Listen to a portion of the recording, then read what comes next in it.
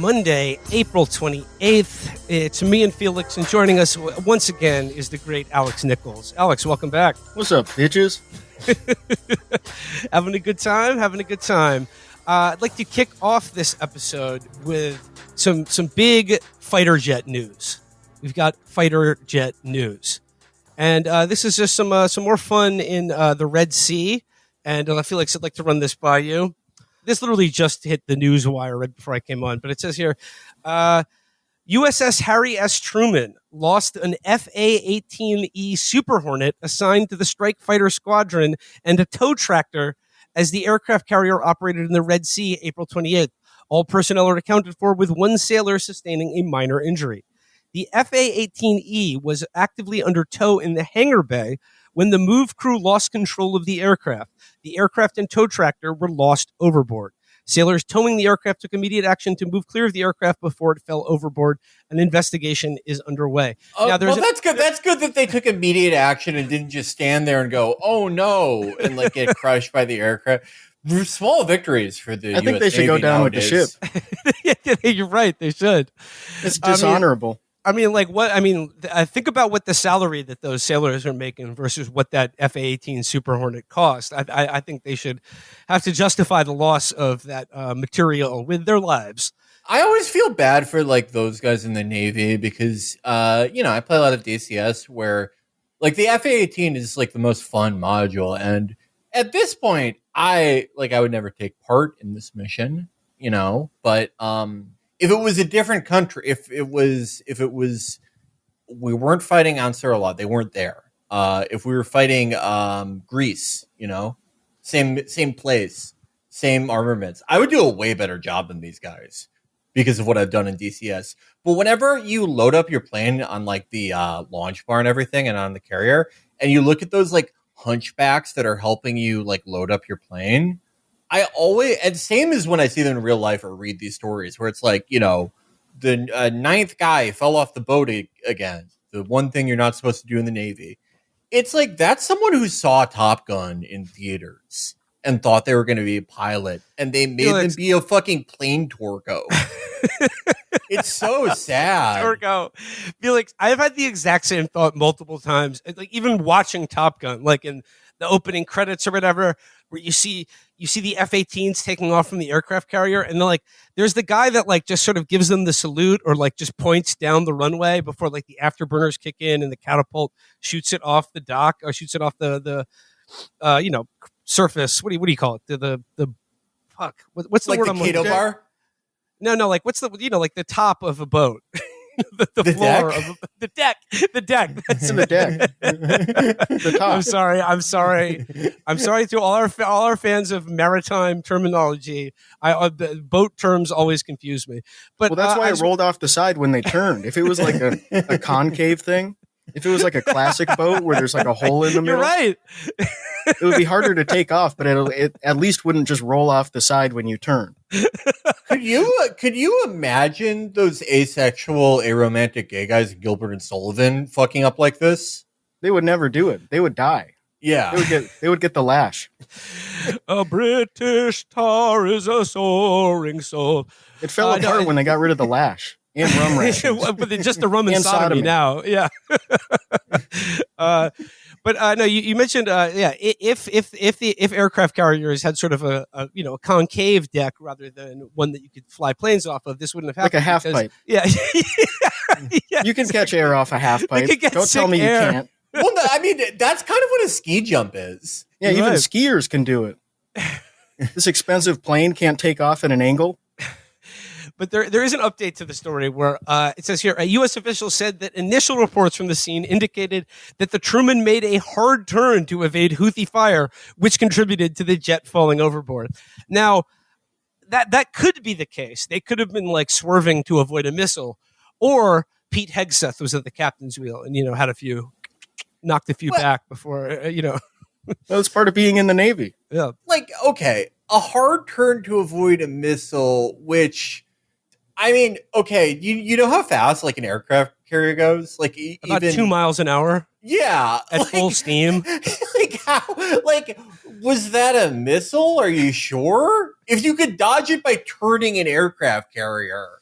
I don't know. I just like back to the plane Torgos because I feel like they're not unsung heroes, but an Unsung unsung Torgos. tragedy. Yeah. Do you ever think like you know how cool it looks when the pilot's taking off and they do that hand signal bullshit? Yes, that's what I'm talking about. Yeah.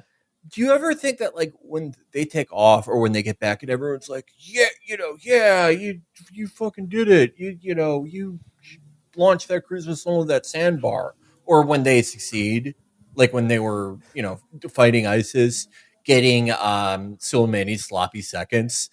The Do you think that like the plane Torgos are like the pilot who everyone loves? He said that I'm the best at like putting his helmet on.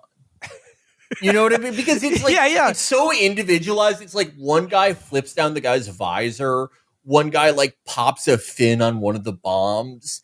Is it like Bat Boys or Caddies where you just get really into that culture? Or are you just like if the pilot died, he said, I'm so good at like zipping up his outfit that I could fly it one day. See, like to me, it's like I've had exactly the same thought, Felix. Like the guy on the deck of the aircraft carrier who does the cool hand motion and like points down the deck. Then the afterburners kick in. The catapult shoots the F-18 off of the deck, and I'm just thinking like you're watching that happen. And you're just thinking like, man, I'd be so much funner to be in the cockpit right now. It's hot as fuck on this deck. And then it's just like you have to wave goodbye. And I just think like, does anyone just give them the finger after they get off the boat? Like, fuck you. Because like if you were the squire to a knight, like isn't there a possibility that you could one day have your own horse or something? Oh yeah. That's like the number one way to become a knight is squire. And the least guaranteed way to become a pilot is to become the asshole on the deck they don't even wear military outfits. Yeah, no, they have like they have like the vest that joggers wear when they're after dark. They're wearing like half of the Teletubby costume. They could not be farther away from being pilots. They're the one branch of the military where you're in an active duty, you have to be as visible as possible. Like you have a propeller beanie flashing lights on your head. It's like you ever seen those light up like vests that they give dogs when they're outside after dark? My mom has a collar she puts around her dog that's like blinks like a Christmas light when she lets it out at night. I think like I am closer to being a pilot than those guys. Well, I don't know. They just have to get in the plane. They just have to let the intrusive thoughts win and get in the plane.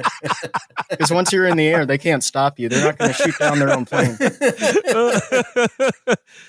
Yeah. They might not Same let you thing land valets again, struggle with. Like I could just drive out of here and never come back. Oh, I'm behind the wheel of a Lexus. I have the keys.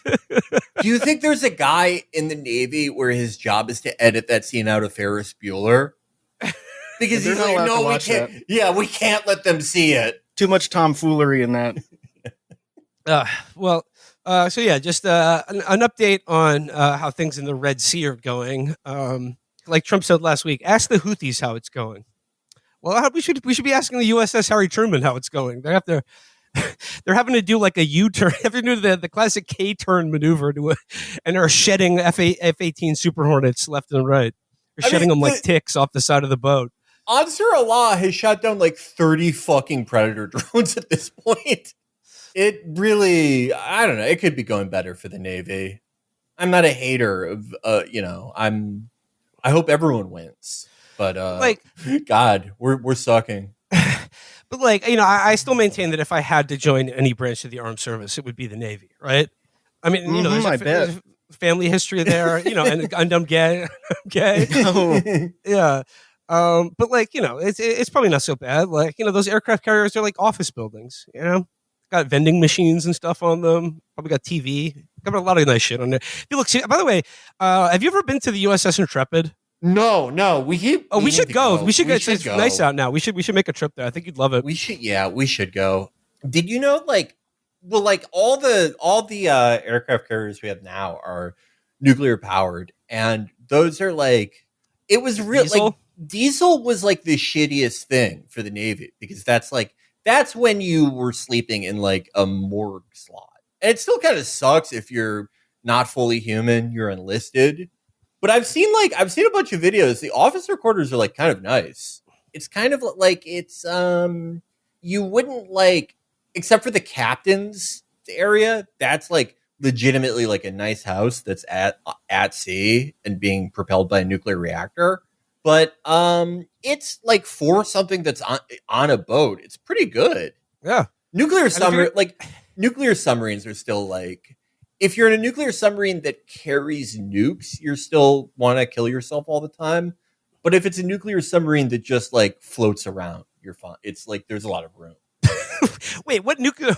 Okay, so you mean like an aircraft carrier is nuclear powered and it floats around? I thought you were going to be like the nuclear submarines that just float around. No, they have those. No, wait. That is what I mean. Why aren't they faster? Wait, which do you mean, Alex? The nuclear submarines or the nuclear aircraft carriers? Both of them. Well, because shouldn't it be like a million miles an hour? The nuclear submarines are like decently fast. Aircraft carriers are like, what could make that fast? Like, look at it. It's like the least more aerodynamic thing. More propellers, yeah. Make it pointy. How about sails? Yeah, sails. What's the downside of having sails? You've got all those sailors just walking around doing nothing, looking at their phone. They might as well be climbing up the rigging in the storm, falling off. You remember how, you know how Howard Hughes tried to make the world's biggest plane, and he constructed it out of like balsa wood? Yeah. It was going to like a wood frame to keep the weight down so it could take off. We should have we should bring back wood. We should bring back wood. I know Trump wants to bring back shipbuilding, but we should build the world's biggest wood aircraft carrier. And it could instead of like planes, it could have gliders and things like that. I wish there was an insane billionaire who made vehicles that explode. I wish there was someone like that around. Someone who puts billions of dollars into vehicles that explode and don't work. It's so great. Like Howard Hughes was like, he was so afraid of like germs and everything, and no kids, like had like 2 girlfriends in his life, but he's probably had like classic vaginal style sex more times than Elon Musk. Probably more times than a lot of us, to be honest. I mean, he was going through them in Hollywood. Movies. Yeah. Yeah, I know. Yeah, it just, I don't know. I'm still upset by that Malling cum thing, which does seem like a thing Howard Hughes would do. Maybe towards the end of his life. Yeah. I don't know about That's how he bought that hotel. I don't know about when he was with Ava Gardner or Katharine Hepburn. Everyone see The Aviator by Martin Scorsese. I used to think there was a laugh track in that movie until I realized that I just watched a really good cam when I was in high school. Why were people laughing? Come in with the milk? Yeah. Because Howard Hughes is a funny guy. I guess that. It was like, man, people were really mean in the 40s. They were just laughing at this guy's problems. Yeah, people didn't know what mental illness was back then. They just thought he was, he was a guy who really cared about things being clean and was thought black people caused cancer. I guess that gives you a lot of power as an audience member. You can like change the popular memory of a movie. If there's a guy filming it for the internet, he's going to put it on a torrent website and you just laugh through the whole thing. You just start reacting or like clapping during it. Like you're like baked in there. Oh my God. Yeah. It's like a real Mandela effect. Wasn't there a laugh track? I could have sworn there was a laugh track. Well, I think movies should consider adding laugh tracks, like because most people who watch movies, even in theaters now, are just looking at their phone. And like they need the subtitles on, and they need the laugh track to sort of like be goosed into like being told what the reaction you're supposed to be having is. Yeah, or at least have the sign that lights up. Applause. I don't know. Theater profits are going down. You got to try anything. Yeah. Any idea? You're not extending enough on your follow through. Follow through is everything in golf, just like life. Don't you mind? Okay, moving on from naval terminology and the Red Sea, I'd like to make there is one thing of note here today.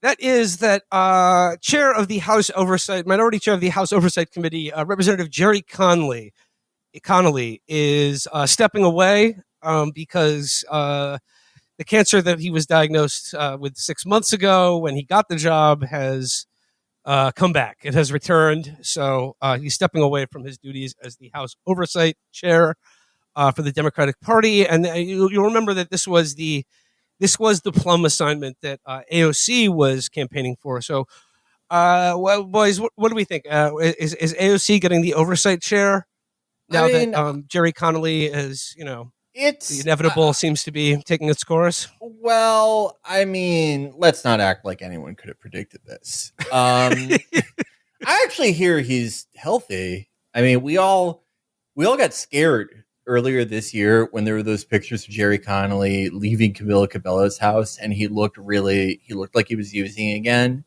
But he's been like good since then, and a lot of people actually think this is the family, and they're trying to pressure him into retiring so he'll do residencies, and they can steal from him again. Oh, so shit. It's a really sad story. They said he had Havana syndrome because he was all fucked up over Camila Cabello. That's what they said.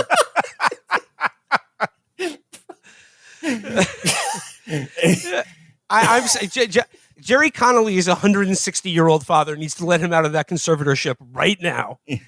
I hate how they shade him whenever he posts skin on his private IG. Yeah, you made the decision to follow that. You had to request it. So you're kind of weird. The thing of it, why step down? What is the difference? Right? Yeah, there was that woman who was in a nursing home in Texas, and she was still in Congress. She was just in the dementia ward of a nursing home, and her staff didn't tell anybody. And she just didn't show up to votes for a year. And then someone eventually spilled the beans and said, yeah, she doesn't know her own name. She's in a nursing home. We just brought her over there and didn't tell anybody. I don't know. You can just do whatever. It doesn't matter. So the rationale for Jerry Connolly is well, yeah, now he has to step down because he's dying. What was he doing before? I don't get that. This is, I think this was a mean joke my dad told. There was a guy who he knew who retired from his job when he was 80. And my dad was who, just die. Yeah, it's not you have time to waste. Yeah, just die at work. Yeah, who cares? Yeah. Well, I mean, when they gave him the chair of the Oversight Committee, and people thought it was going to be AOC because she had been such a loyal soldier, and that she has some energy and excitement, and the youthful vigor of someone who's not 80 years old and dying of cancer. But the argument was that it's Jerry's turn. He's waited his whole career. He's waited his whole life, and now he has cancer. Yeah, he's going to be dead in a couple months. But it's basically congressional Democrats run their caucus like a Make-A-Wish program. I mean, honestly, I never heard an affirmative defense of it. The it's his turn thing. That's something that me and Josh talked about because it's the only reason that you could think of for this. Because just Democrats love that rationale for everything. That it's the seniority rule that being a Democrat is just it is being an archon. It is this service you do to the world. And the longer you do it, the more entitled you are. Because I mean, I don't know. You tell me, did you ever see any libs affirmatively be no, this is why it's good for the job? Because the only thing that I ever got was people being it's mean to say he's a ghost of a guy who killed himself. Yeah, I mean, I saw not so much affirmative defenses of him in that position, but I saw people being it's rude to jump in line, and that's what AOC would be doing. Yeah. I guess it's she's sort of would it be up jumped? It's improper. Or it's a violation of the expectations of a guy who's served dutifully for 90 years. Him and Robert Byrd came up together. They were next up out of the. So and if we don't give people those rewards, people aren't going to be motivated to stay in Congress for 60 years. And that's something we really want. We want people staying in Congress until they're in their 80s. Think about how loyal Jerry Connolly is. When he got in there, it was Birth of a Nation, Woodrow Wilson. They were having a lot of fun. And by the time he was 130, they were you have to wear this kente cloth. And he was okay, I'm a Democrat. It meant one thing in 1912 means one thing now. I guess I bring this up slightly selfishly because a clip of an interview I did from like several months ago was resurfaced by the account Post Left Watch. We need to differentiate the political program from whatever AOC is doing with this, like, bodies and space. Recently, like, what she just lost her like oversight committee bid to head up that committee to a guy who's like 75 and has cancer, and I just see that and I think, good. Buy the ticket, take the ride. Because, like, I mean, this is what you wanted. This is what you wanted. So, like, I mean, and, yeah, it was her on stage at the DNC saying they're working tirelessly for a ceasefire. Give me a fucking break. That to me was like that. To share, when I shared my thoughts, and I thought it was good that AOC got passed over for that because, I mean, I think it's instructive as to, like, who do you think you're bargaining with? Like, you'll get nothing and like it. I'm sorry. Yeah, why did you defend Biden? Yeah. What was the point of that? Well, I mean, he's not even there anymore to give you anything. God, that was so weird. Do you remember that week when it was like clear that everyone in the party was like, yeah, he threw up on me. Like I saw him die today. And AOC and Bernie were like, he's the most liberal guy ever. What the fuck was that? Yeah, like they were so afraid of him. And then a week later, he steps down. I know what the calculation was. It was like, oh, if they say Biden has to go, he'll be obstinate, and then the Democrats will blame them. Oh, yeah, that's never fucking happened. Well, I mean, in the clip that was shared, like I said this in the context of her co-signing a particularly murderous lie that the Biden-Harris administration was, quote, working tirelessly for a ceasefire in Gaza, which, I don't know if you guys saw this, but Dropsite, our friends at Dropsite summarized a big investigative piece by the Israeli news channel 13, which contains this quote from former Israeli ambassador Michael Herzog. God did the state of Israel a favor that Biden was the president during this period. We fought in Gaza for over a year and the administration never came to us and said, ceasefire now. It never did. And that's not to be taken for granted.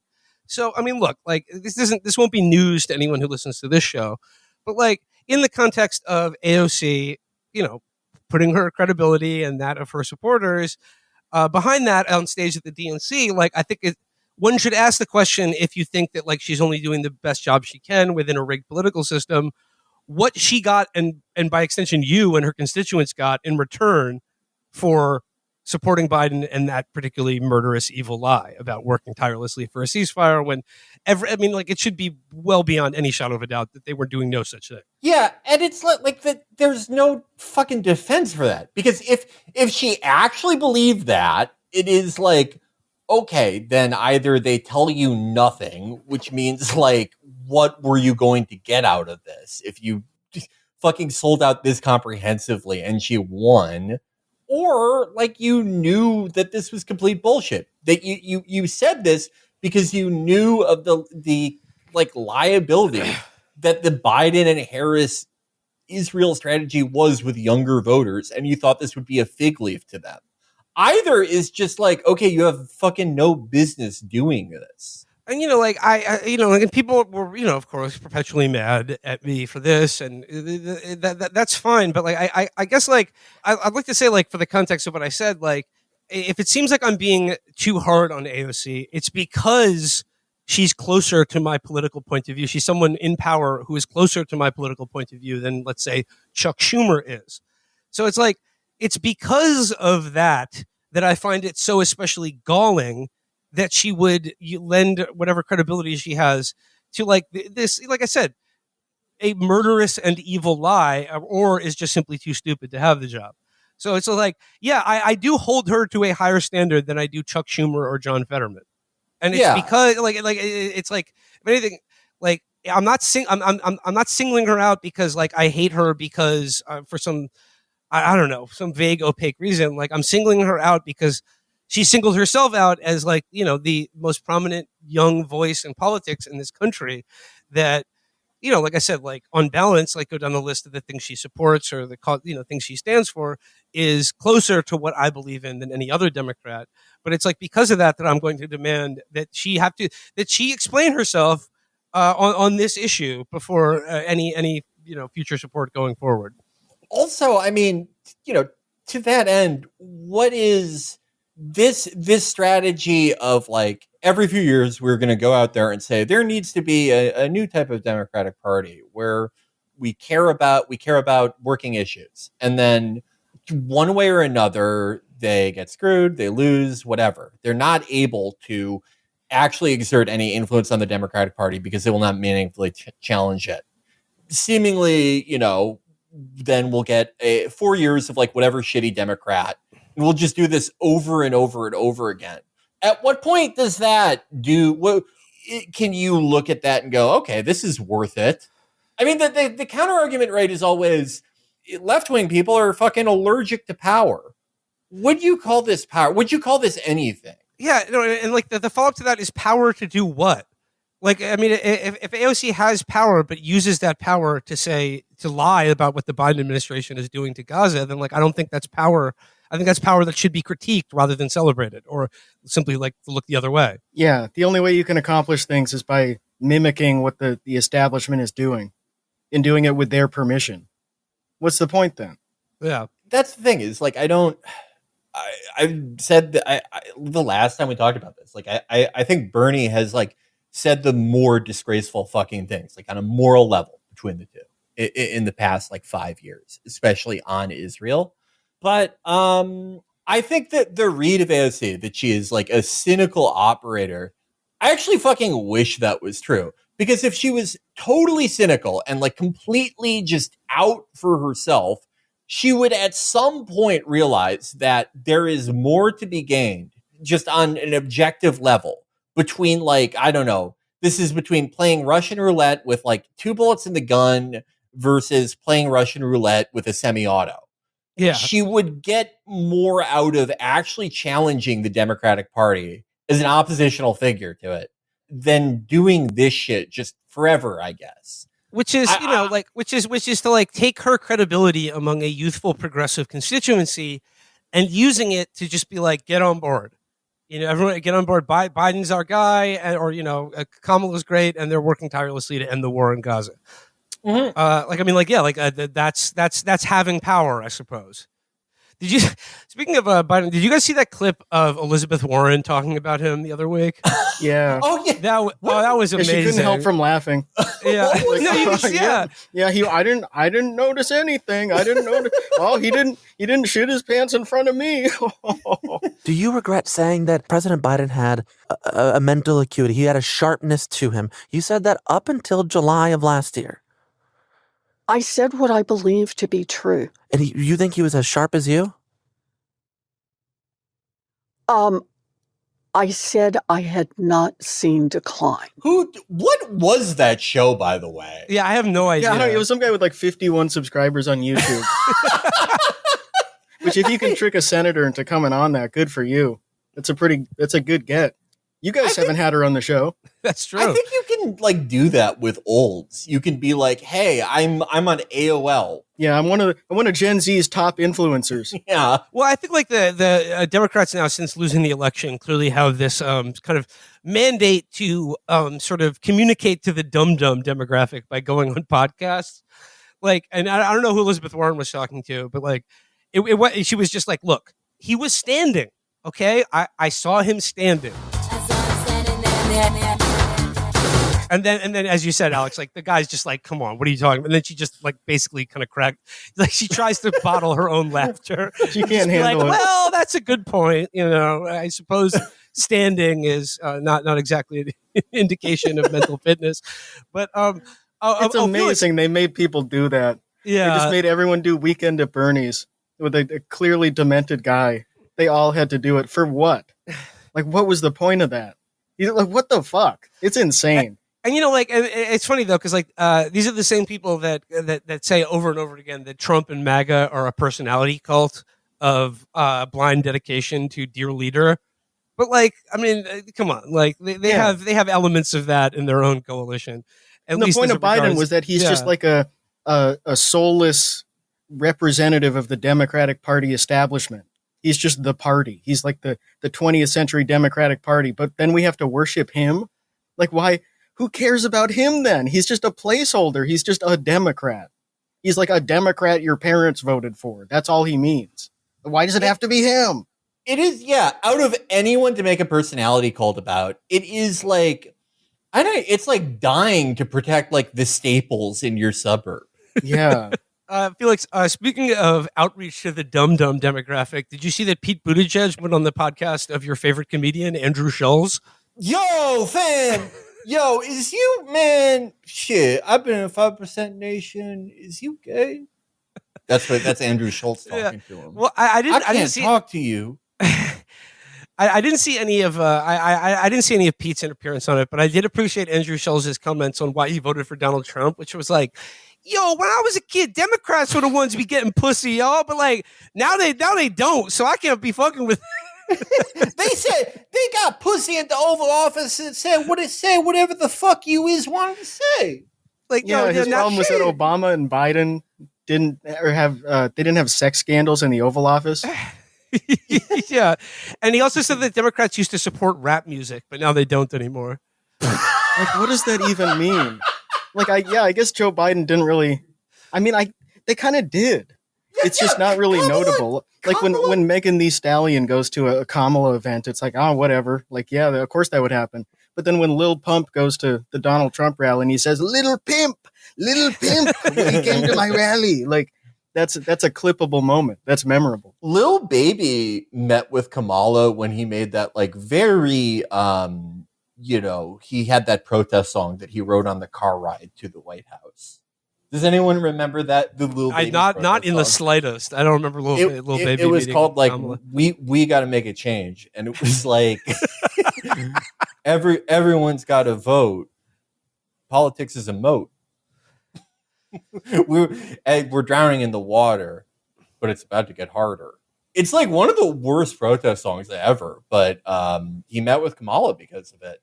But that was when like Lil Baby was really cool. It like cooler than anyone Donald Trump met with. All the guys that Trump met with, besides like Forgiato Blow, were like, guys who had already went insane a lot of the time. Yeah, people on their way out. Yeah. Even Lil Wayne. No disrespect to him, but yeah, if it was 2008, he would not be posing with Republicans.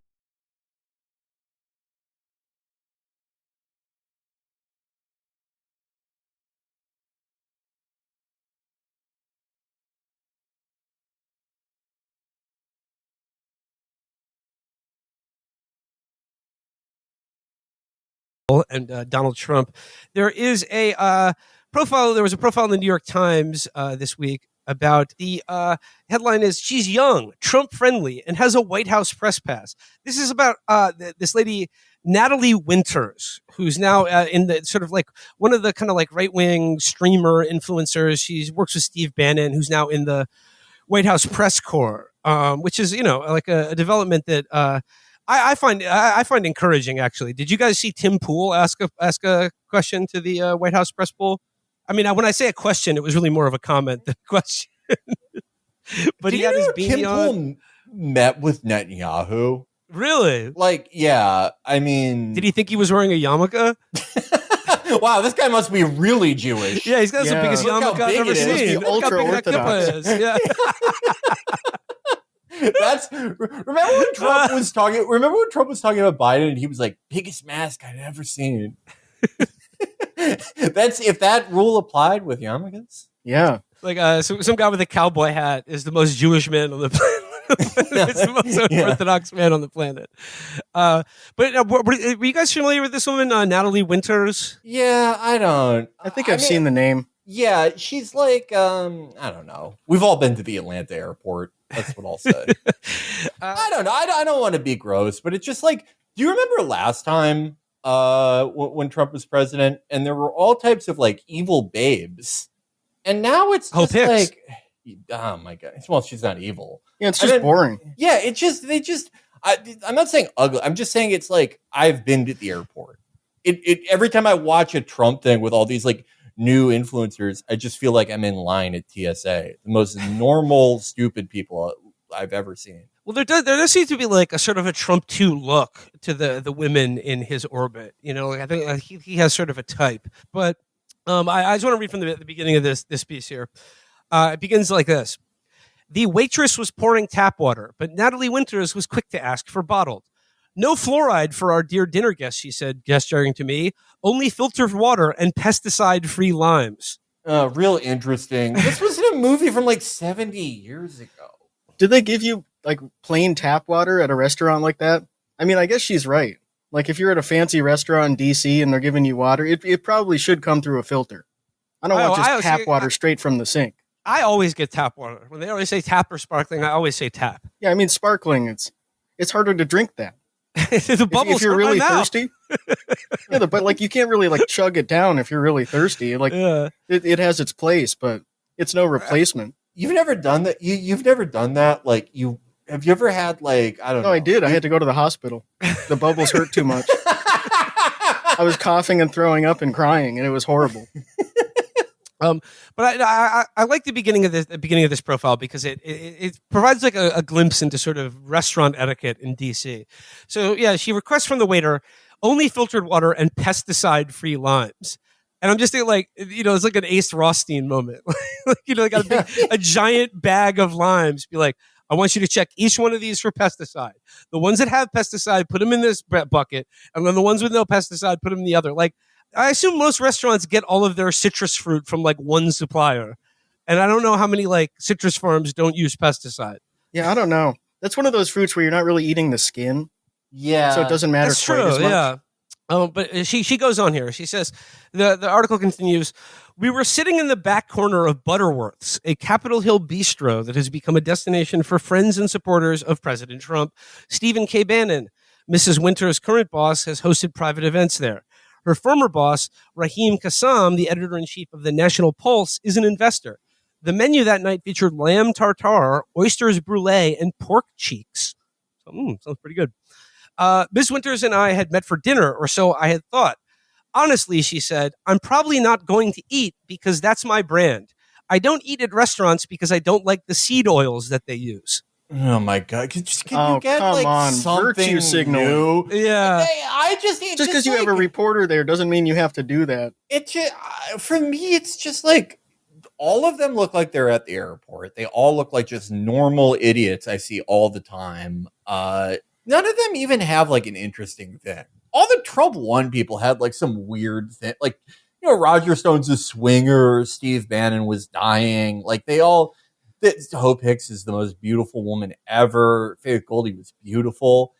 But now it's just like, I could go to the airport and hear this conversation from a woman who looks exactly like this. Yeah, there aren't cranks anymore. I've seen a million fucking idiots pretend that they like go out and like and ask if there's seed oils and stuff. Yeah, it's just generic influencers following the trends of the year. Everyone, everyone like has been looking for seed oils since like 2022, and they look exactly the same.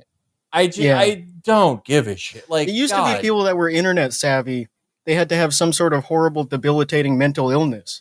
If you were someone that was like filming, like 10 years ago, people that were filming themselves and like trying to get famous on Twitter and stuff, those people were interesting, like us. But then now they make so many of them that they're just generic 21-year-olds. Oh my God! Even Brianna Wu, right? It was like to become singularly insane person. Yeah, to break out of the mold, to become someone who we knew. She went on TV and was like, I made a game about these sexy cats who live in a space station, and a sniper tried to kill me.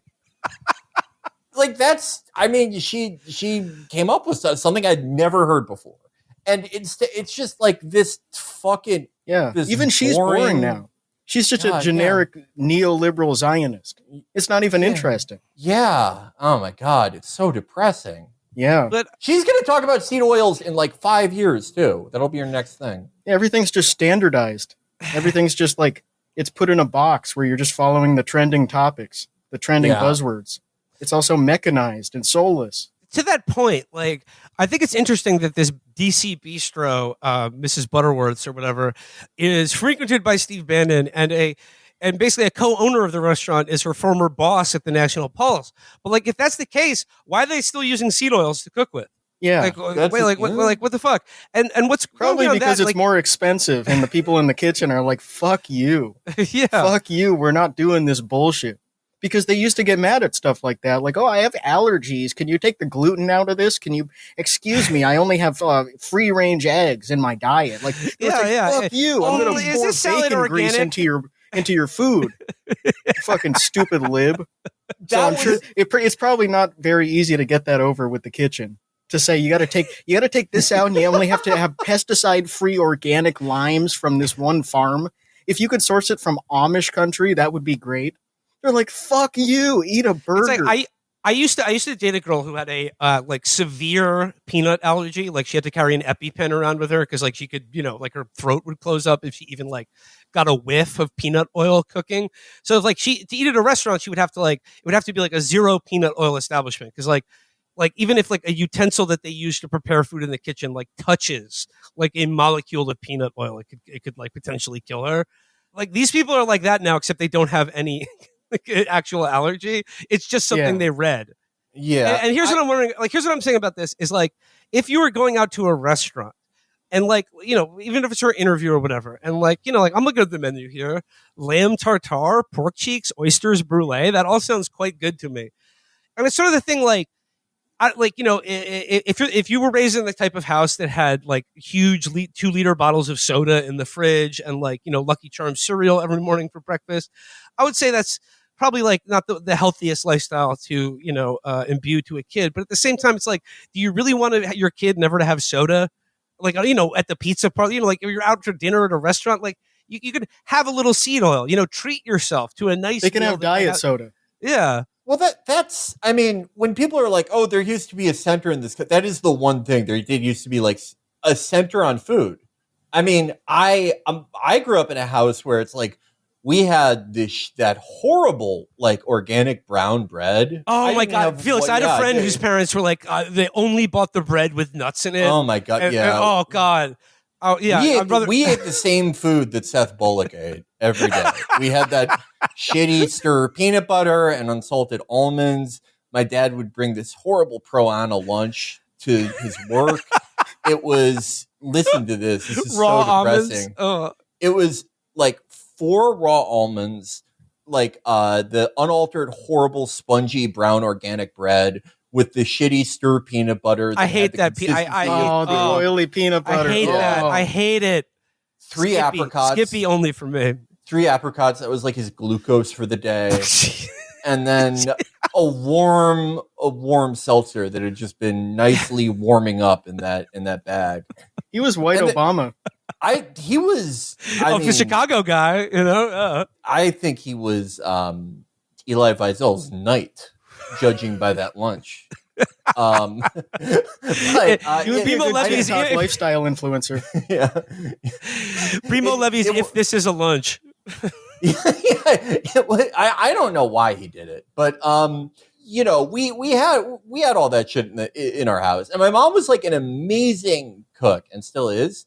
But it was also like on Friday we get to have soda. That was centrism, Yeah, you had to expose them to it, or else they go to college and they just go crazy. They get the freshman 100. They OD on Mountain Dew their first week. It's like the people that are raised on abstinence and then they go to church camp and they come back pregnant. No, it's like that with soda. Yeah, that happens to every real life Jennifer Melfi's kid. They go to fucking college. They go to any university and they're like, oh my God, white bread. And that's all they eat. I got exposed to white bread when I went to non-Jewish camp. It's just like peanuts. I love that you specifically went to non-Jewish camp. What is with Jews and regular bread? Bread is like, we didn't get bread at this vital time. We didn't have time to make it. And we really got a complex about it. Going to the article, I mean, like, it's just basically some, like, not very interesting details about her life. Growing up in Santa Monica, California, the daughter of a physician father and a stay-at-home mother, she attended Harvard Westlake, an elite prep school in L.A., pretty standard, like, career and life path of someone who goes into, like, political media. She says of working for Steve Bannon's War Room, it's very gonzo, which I like, she said. I think of it as an IQ test every day. You failed. What? That's a really dumb thing to say. Oh my God. Like you're rotating shapes? You're doing word problems? the same, like it's just always the same person. Oh, no way. Your dad was like some insurance guy or something, and you grew up upper middle class and went to a private school, and now all you care about is politics stuff. No way. I thought your dad would be one of those guys that turned into those canned turkeys in Iraq. And I thought your mom would have sold you. And I thought, I thought you lived in Carnival and Steve Bannon saved you, and that's why you got into politics. No, you're just like all these other fucking people. Yeah, like how is this interesting at all? Why? And it's not like there aren't people on the right who do come from sort of an interesting background. Like they used to be hippies or some shit like that, and then there are all these ways that people who are in traditionally not Republican demographics, they came over to the party. But someone like that, like a doctor's daughter who grew up in the suburbs and went to prep school, like a young blonde woman, like how is that interesting? Why is that even worth writing about? Why can't they interview Mead Skelton? Yeah, he's an interesting person. Yeah, he's a great interview. He tells you about like his succubus dream and how he wants to have a girl room and a boy room and all this amazing stuff. Wait, what's the girl room and the boy room? Oh, he had a video. He's this guy who's like a middle-aged, closeted gay man who's a Nazi and he loves the Confederacy. No, he's one of my favorite characters, and I love his songs. He had a video about like what he wants from his future wife, and he said like, "I'll have my boy room, and then she'll have her girl room. We'll sleep in separate bedrooms, just off the jump." Yeah. Okay, I remember that. I love Mead. Mead's he's like Lindsey Graham's Looper. Yeah. It's like I wonder if they see each other and they both think the other's life is terrible because Mead's like, he's a cuck who has to be nice to Jews. I'm cool.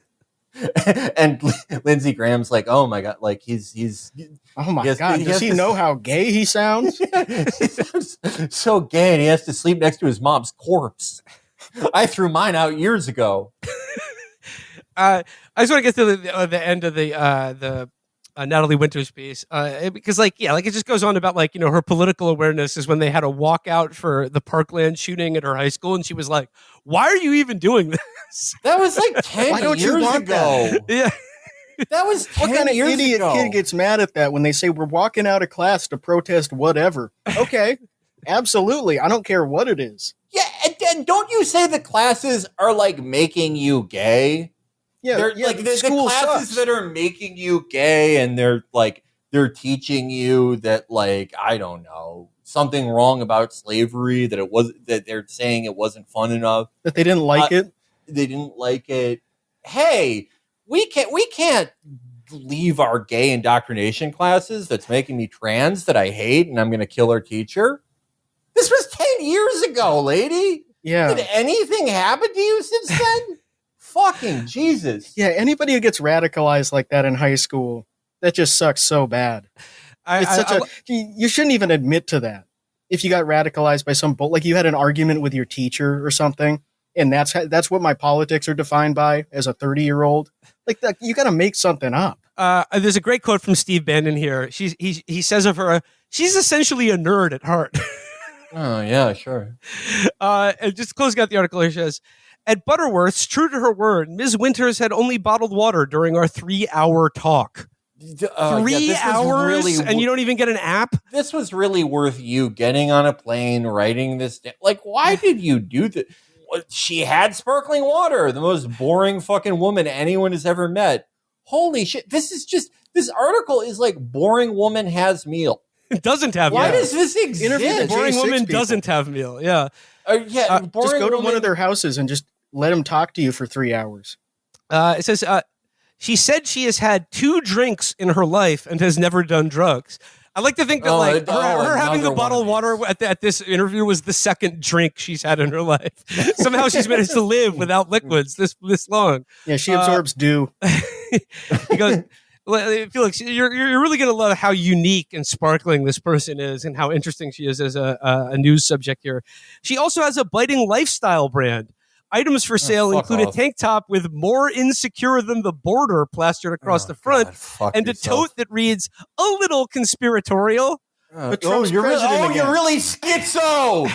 you love the elected president who loves Israel. Yeah. I'm crazy. I heard about Jeffrey Epstein and Diddy. I read Wikipedia. It's really crazy stuff. You really have to get deep into the content mines to find out about that shit. I'm on the dark web, Wikipedia. It's a crazy schizo fucking site. The only problem with it is it's too biased against fucking Israel. But then it would be, if they fix that, it would be the perfect schizo thing for lunatics like me who drink LaCroix.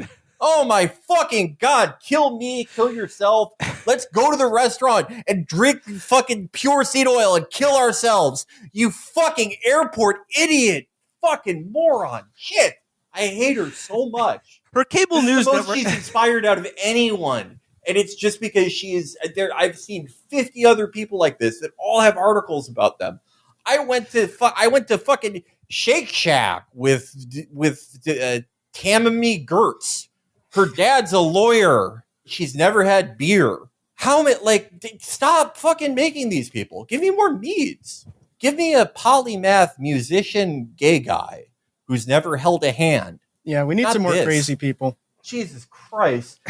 Oh, by the way, Felix, speaking of people who keep having articles written about them, I did notice the other day, Dateline Thursday, April 24th, there's another article about the pronatalist couple who named their kids Magnus Industrious Rex and want everyone to have 8, 9, 10 kids. There's another article. Them and the guy that measures his son's penis, they pay for so many articles. Oh my God. They're the only reason that print media is still functioning, that they can even pay out salaries, because those people are just doing paid media every single day. This is like a monkey's paw thing.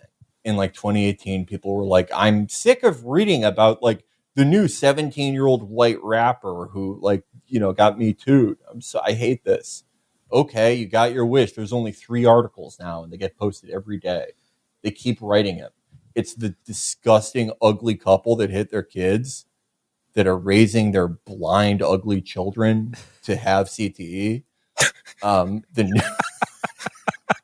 not in the traditional way, by getting them to play football. They're doing it. No, they're born with it. Yeah, they're rocking those kids' world. And the new boring woman who she hates the new type of oil that you're not supposed to drink. And the guy who plays with his pee. But I kind of like him. He's the only one I kind of like. Yeah, I fuck with him. I fuck with that. With that guy. I keep thinking there's a really bad article about him is going to come out where it's he measured a kid who wasn't his son's penis. And I'll have to stop supporting him, but it hasn't happened yet. Well, you got to have a control group. Oh wait, I thought you were. How old is his son? 21. You got to measure every other 21-year-old's penis around the world. I love that. I love the idea that measuring your son's erections contributes meaningfully to prolonging your life. We got to get all the data. We got to get all the data. I just like that he's doing it every day. I mean, that is really fucking up the son because it's it didn't get any bigger after age 21. Yeah, mine did. Oh, just quick correction though. I mean, when I said I fuck with him, I thought, Felix, you were referring to the guy who drinks his urine and a pre-cum and, probably shit. That guy who talks about ancient Celtic ways of piss drinking and cum guzzling, but for health reasons. I like that guy. Brian Johnson, I don't like. I think he's evil. No, I know who you're talking about. That awesome bald freak. Yeah, the bald guy. There are no articles about him. What are the articles about that guy? It's a hard pitch. There's this guy that eats his own poop. There's this crazy guy that eats poop and he comes in his own mouth.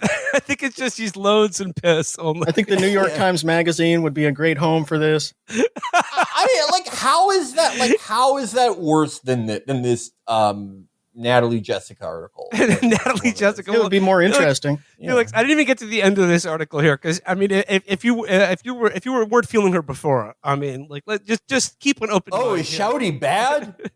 Yeah, Shouty's real bad. So it says here, God. Her cable news network of choice is MSNBC, which she watches partly to generate material. She said that in another world, she might have been a poetry professor. I always joke, in my day-to-day life, I'm a lib at heart, she said. That's a hilarious really? No joke, way. you fucking no way. idiot. Wow, you mean in your personal life, you live in such a way that, maximizes your own individuality and enjoyment, but in your day-to-day political life, you sort of are, you believe the opposite. And evidence of how she's a lib at heart, she goes, she also loved Barbie and agreed with the monologue delivered by America Ferrara, in which her character says, it's literally impossible to be a woman. But, Ms. Winters caveats, it's also really hard to be a man. She added that scores of women younger than she had asked her not only for career advice, but also for tips on how to be like her. I love it. She's like, I'm a lib at heart because I liked the movie Barbie, but I'm a based MAGA conservative because I add the caveat, it's really hard to be Ken, too.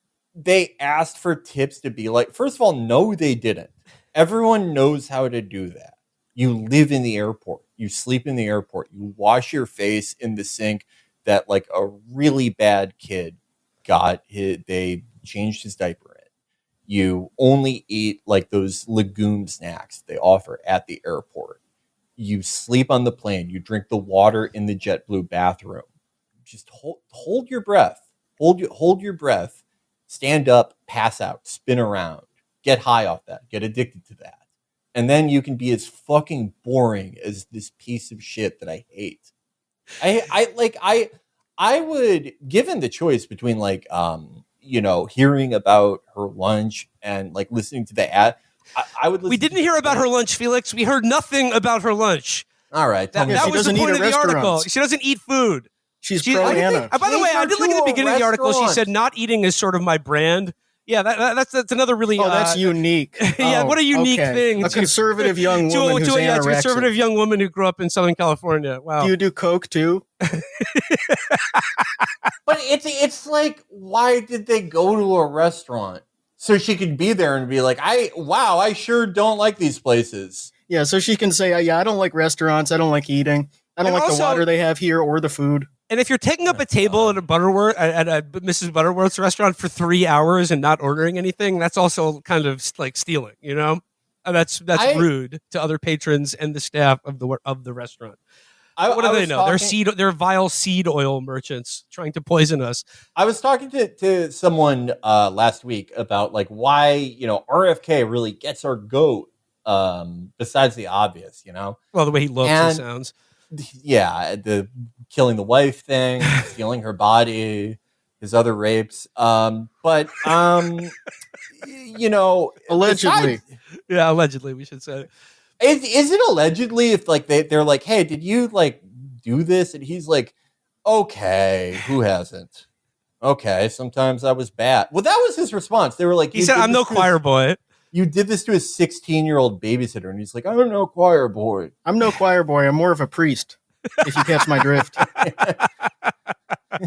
But, we were talking, like, why is this so annoying now? And it was because, this used to be cordoned off. This used to be, if you were into this shit where, like, hey, everyone, there's a new type of bug that you can, like, swallow whole, and he's going to clean your bowels. Or don't take the vaccine because all electricity will fucking stick to you. Like all this fucking idiot shit that you would see, every time that you like went onto a work computer that didn't have ad block. These were the kind of articles, like the AdSense articles. And it was cordoned off to Facebook and like that part of the world, the stupid's world. And it was fine. Like whatever. I don't care what they do. They can have fun. Like chemtrail people. Yeah, but now it's like saying the Pledge of Allegiance at a public school. It's like we all have to get up every day and hear this fucking idiot talk about like what type of mulch he's putting in his water. Yeah. And it's like, and they still don't do anything about it. Yeah. Like, why aren't we banning all these chemicals then if they're all so dangerous? You don't ban the chemicals. You just tell people so that they can avoid it. So then when they die of being poisoned by them, it's their fault. Yeah. It's like I am aware that you need a passport to go to certain countries. I've paid my taxes. I've done all this stuff all this stuff that the normals do. The stupids cannot. I've gone to a place where they speak a different language, and I didn't just take off my clothes and sprint through a plate glass window. I don't have to. I should not have to like hear about this or know these people. But it is just. it is forced into our life. It's like, you know how those Ukrainians are like, it's so awful how they made us eat like Russian ice cream. They colonized our mind. Like all those crazy ones who live in Canada now. Yeah. I used to be like, that's so, like, what are you talking about? But now I know how they feel. That's what it's like having RFK not be executed for all his sexual crimes. It is like a constant indignity how stupid all this is, but also just how boring it is. They're just saying the same shit to each other and to you and the fucking seed oils. Yeah, conspiracies aren't interesting anymore. Yeah, Barbie's based. So much of the weird shit, the esoteric shit, it just isn't interesting anymore. Like the Epstein stuff, joking about Epstein, that's not funny anymore. Any of the alternative health shit, that's not funny anymore. All like the crueler aspects of the internet, that's not funny anymore. It's all just been mainstreamed and it's boring now. And it's ruined. There's nothing interesting or edgy. It's like, look at my crazy Epstein didn't hang himself ugly Christmas sweater. We're going to play conspiracy Trivial Pursuit where we figure out what fluoride is. And it's the most boring people in the world being like, I'm schizo. I'm so schizo, guys. I just read some Wikipedia articles. I'm freaking schizo. I'm crazy. Have you met a real schizo? First of all, they become obsessed with rapping. Do, and then they post about them, and they're like, we got to kill all these people on the streets. Why aren't the cops just shooting these people on sight? Anyway, I'm schizo. I'm the only guy who's been accosted by like all types of actual schizophrenics, and they all rap at me. And I will never get them killed by the police like these guys. Well, yo, Felix, that's why Republicans support rap music now. It used to be the Democrats that supported schizophrenic people, but now it's like, yo, what's up? Republicans have more schizophrenic rappers on their side than they used to, for sure. Yeah, that is definitely true. Felix, so I just have to close out. I have to close out Natalie Jessica here. It says, "How is like this is?" I keep thinking like it's over, and then no, it's just one more. Paragraph. This is an excerpt just one from more a book. paragraph. Yeah, it's a biography. It's them going to lunch in real time. 1,000 pages of talking to the most boring fucking woman of all time. Robert Caro is getting started on the Natalie Jessica saga, Master of the Bistro. Yeah, volume 1 of 4. All right, one more paragraph. Oh my god, Felix, the sheet from Taken wouldn't buy her. Remember, he buys that stupid girl who like she's turning like 27 and her dad buys her like a sing-along cassette. She's like, oh my god, I love it. she's like slow, but the Sheikh is like, this, I can't wait to have sex with her. This is gonna be great. But the Sheikh would meet Natalie Jessica and be like, take her back. No gunfights, please. I don't want her. Given. Returned. I have a certain set of receipts. You have to take my shitty, boring daughter. I have the original credit card.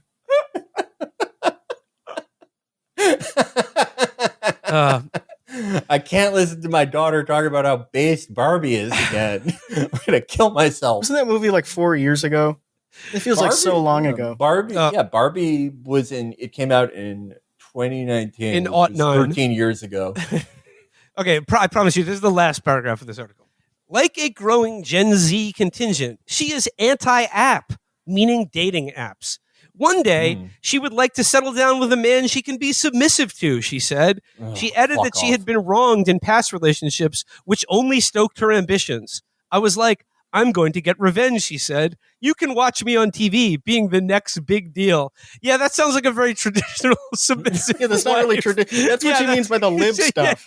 Like, I'm kind of a lib at heart because I don't just want to get pregnant at 18 and just never leave the house and never be seen by anybody. I actually want to have my own career and maybe like hold off on dating until I'm in my 30s and, you know, just really explore who I am as a person. But also, I'm a trad. I need a man I can be submissive to.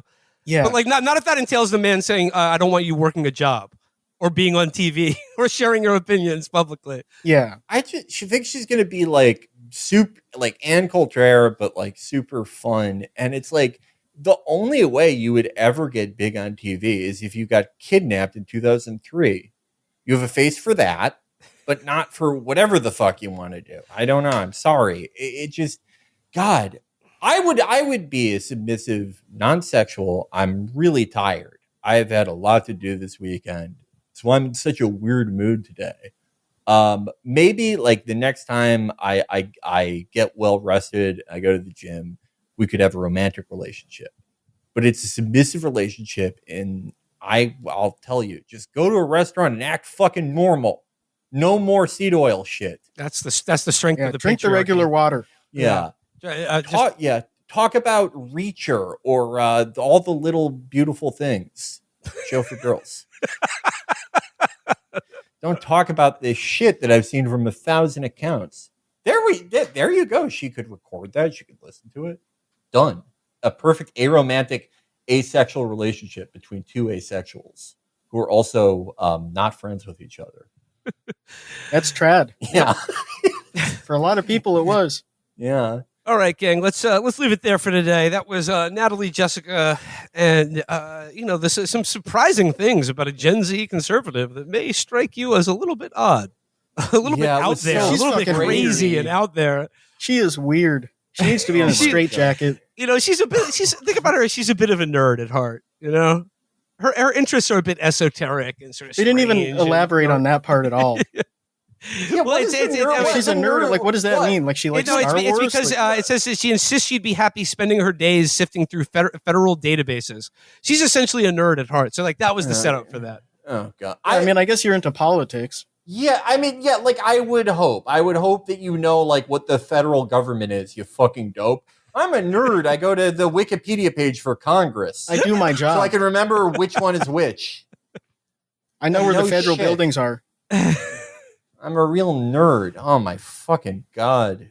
It would be funny if she was doing this like interview where she's like, I'm crazy. I'll go to a restaurant and be like, do you have Heinz ketchup? I think the Hunt's ketchup tastes weird. And then a cop kills her because she's so insane. Ashley Babbitt was just trying to get pesticide-free limes in the Capitol building. That's what happened there. She would have been interesting. Yeah, that would have been a great interview. That was a woman with some spunk. I loved her. She had some rants to go on. I was really sad what happened. She was like a big psycho.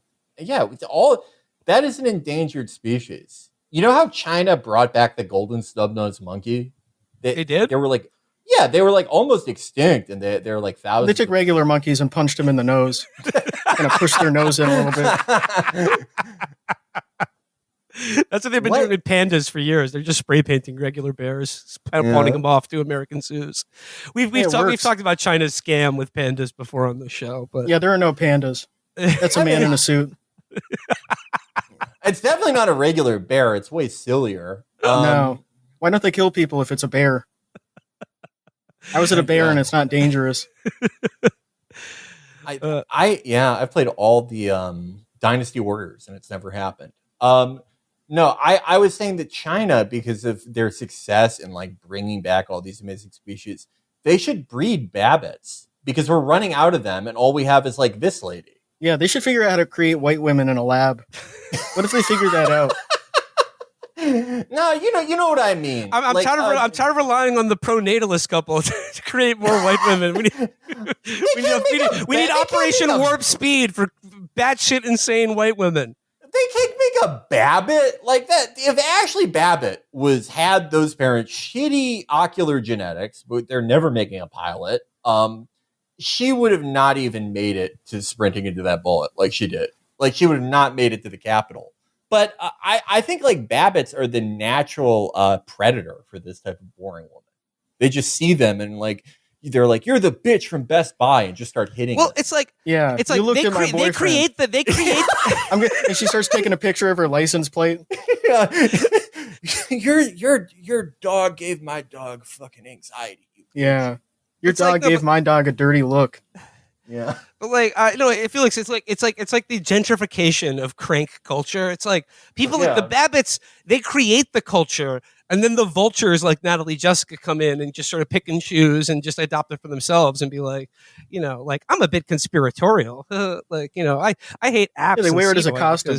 Yeah, it's exactly costume, not culture. Where was Natalie Winters at Jan 6? Probably watching the Barbie movie. Yeah, probably watching the Barbie movie. What? under what circumstances would she ever, like, could you ever see her where, like, there's a cop on the other side of a door and he's like, don't come to the door. And she's like, guess what? I think I can get through it. You know, I know my rights. Like, yeah, I can go wherever I want. The door's already open, you asshole. And then dies. You can't see it. She just doesn't have that in her. Well, best of luck to her and her career, and I can't wait for the memoir written at the age of 22. Yeah, I want to know more. Oh, God. They're going to make me read that memoir during my anti-Semitism trial as my punishment. I mean, shit, Phil, she's probably going to convert to Judaism in a year or two, or be one of those evangelical Jews. That's it. They're coming. That's too interesting for her. All right. We'll see. Maybe she'll surprise me. Yeah. Maybe she'll measure some kid's dick. That would be, you know, I don't think she should do it, but it would be like new. All right. Let's leave it there for today's show. We have anything to plug at the top, at the bottom of the show? Yes. As I mentioned on Thursday's show, we ended up with some overstock of No Pasaran, Matt Christman's Spanish Civil War book. We are putting this overstock back on sale this Wednesday, April 30th, starting at 8 a.m. Pacific time at chapotraphouse.store. So if you missed out on our initial sale, there will be a very limited amount of overstock books on sale this Wednesday, April 30th, 8 a.m. Pacific time, chapotraphouse.store. Your last chance for the foreseeable future to order some of Matt's books online. That is it for me. And that is it for us as well. Alex, thanks for coming back on. Thanks for having me.